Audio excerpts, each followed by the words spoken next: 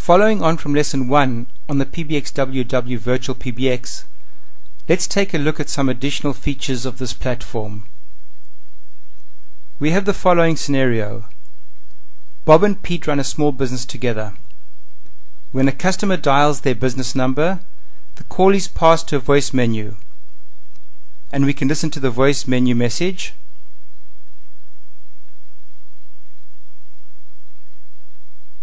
So if the caller presses 1, then the call is forwarded to Bob's mobile phone. If the caller presses 2, then the call is forwarded to Pete's landline in his office. If Bob or Pete do not answer the incoming call, then the call is forwarded to the appropriate voicemail box, and Bob or Pete receive an email with the voice message. We can play Bob's voice message.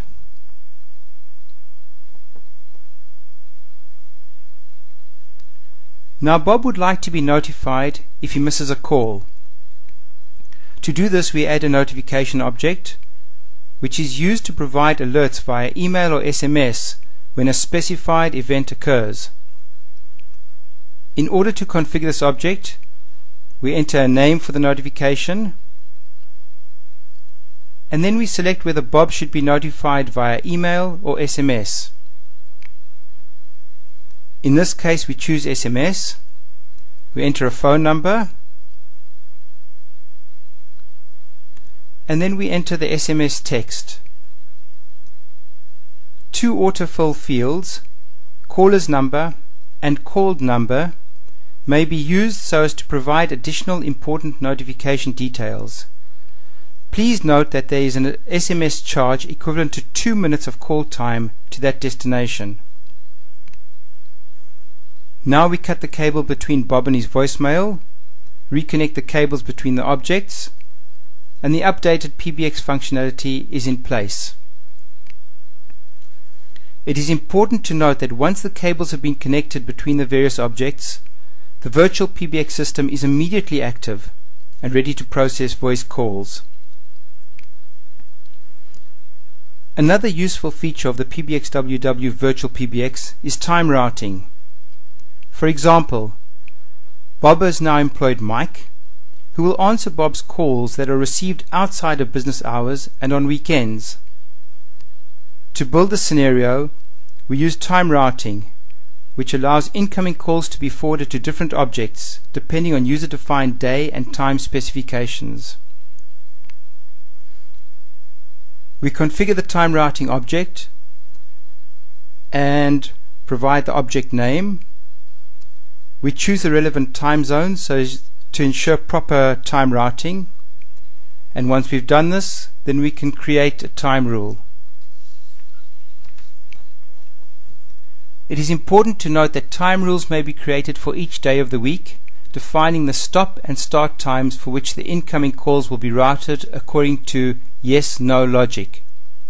In this case, we want all calls received between 8 AM and 5 PM Monday to Thursday to be forwarded to Bob. Otherwise, the calls should be forwarded to Mike. We need to add a person object representing Mike to the system. We enter a name, set the contact method for Mike's mobile, enter Mike's mobile number, and we also provide a unique name for this contact method. Now we connect the cables as required. Note the yes and no cables exiting from the time routing object.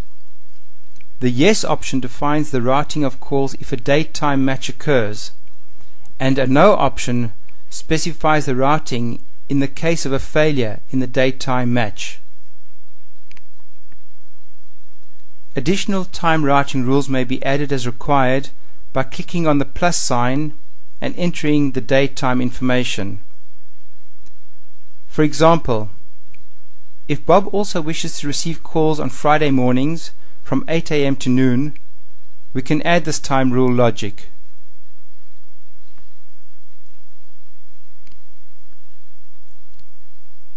Now if Bob wishes to record all calls that are routed to Mike, we can add a record object to the system. By using this object, call contents are sent to a predefined email address as an attachment after the termination of each call. We configure this object by giving it a name and then entering the email address to which the recorded conversation should be sent. We connect up the cables and the voice recording mechanism is immediately in place. Another useful object is the Playback object. Playback allows you to create a voice recording for later playback to callers, and this object also functions as a text-to-speech utility. First, we enter a unique name for the object, and now we can select either text-to-speech or audio message object options. For the audio message option, you can either create a voice recording for later playback, or you may upload an existing voice message. The text-to-speech option allows you to enter text that will be converted into speech. Firstly, select your required language out of over 40 current options, and then enter the text that must be converted to speech.